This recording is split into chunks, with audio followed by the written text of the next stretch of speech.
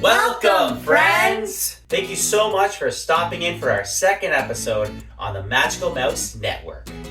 We've got some updates from both Walt Disney World as well as the Disney Cruise Line.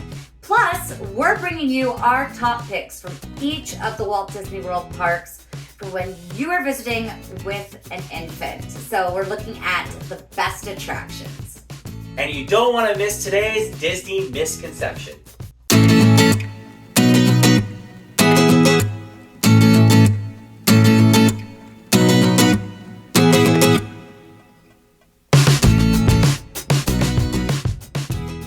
On today's Magical Updates, we've got some news from the Disney Cruise Line.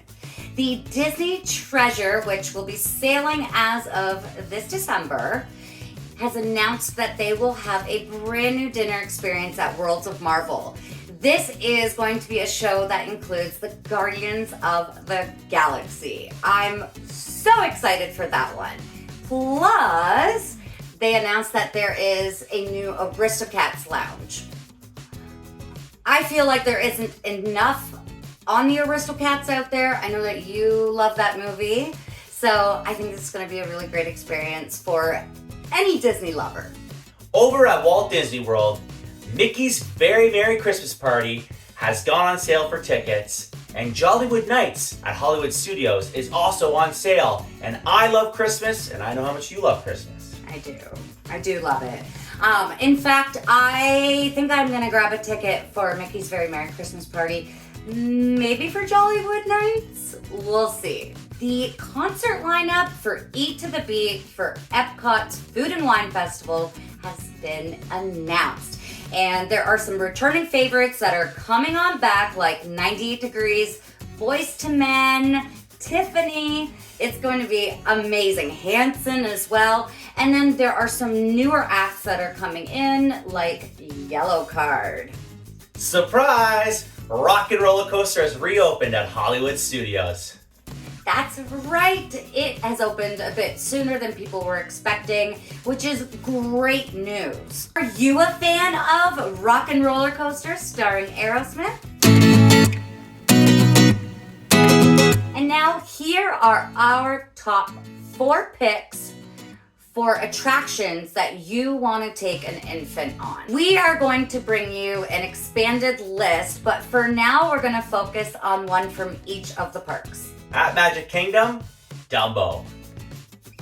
Over at Epcot, Turtle Talk with Crush. At Hollywood Studios, Disney Junior Play and Dance.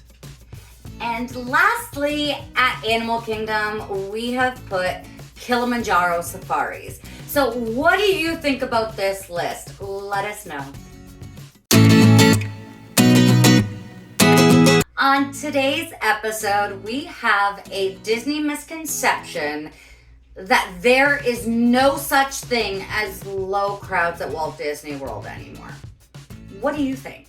Well, every time that we've gone, the wait times have been excellent. That's true. We tend to pick times during the year that have lower crowds and are typically actually less expensive than other times, prime times. Mind you, we have been there during some days where the crowds were higher, and I don't like it personally. There are many times during the year where there will typically be higher crowds, and a lot of people can only travel during that time. But if you're willing to take the time off from work, pull the kids out of school, even for a few days, you will have a completely different experience at those parks. And you might even get better reservations for the restaurants in the parks and the resorts.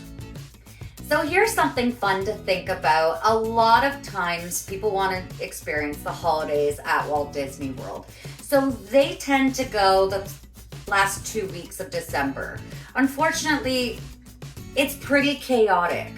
I would not really recommend it to anybody, especially to first timers. However, if you were to travel the first 2 weeks of December, not only will you experience the decorations and the beautiful events that are happening there, but you will experience lower crowds.